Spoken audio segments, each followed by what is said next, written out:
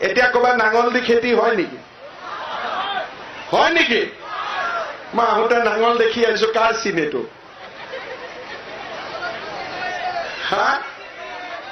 এতিয়া ট্ৰেক্টৰ, এতিয়া এইবিলাক নাঙল ভাঙল কাম নাই আৰু। এতিয়া আমি এডভান্স, আমি আগুৱাই যাম, উন্নতি কৰিম। চাকৰি যদি 10টা ওলাই, আমাৰো তাত ভাগ থাকিব লাগিব। তেতিয়া মই লাহে লাহে বুজিলো যে ইলেকশ্যনৰ সময়ত আমাৰ মানুহখিনিক প্ৰলোভন দি ভোট জিকি 5 বছৰলৈ প্ৰবঞ্চনা কৰা বিপিএফ দলে এটা নীতি বনাই লৈছিল।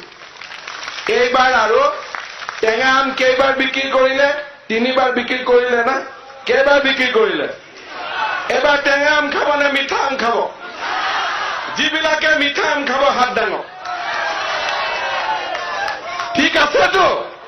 মিঠা আম খামতো, টেঙা আম নাখাও নহয়। আৰু কেইবাৰ বিক্ৰী কৰিলে?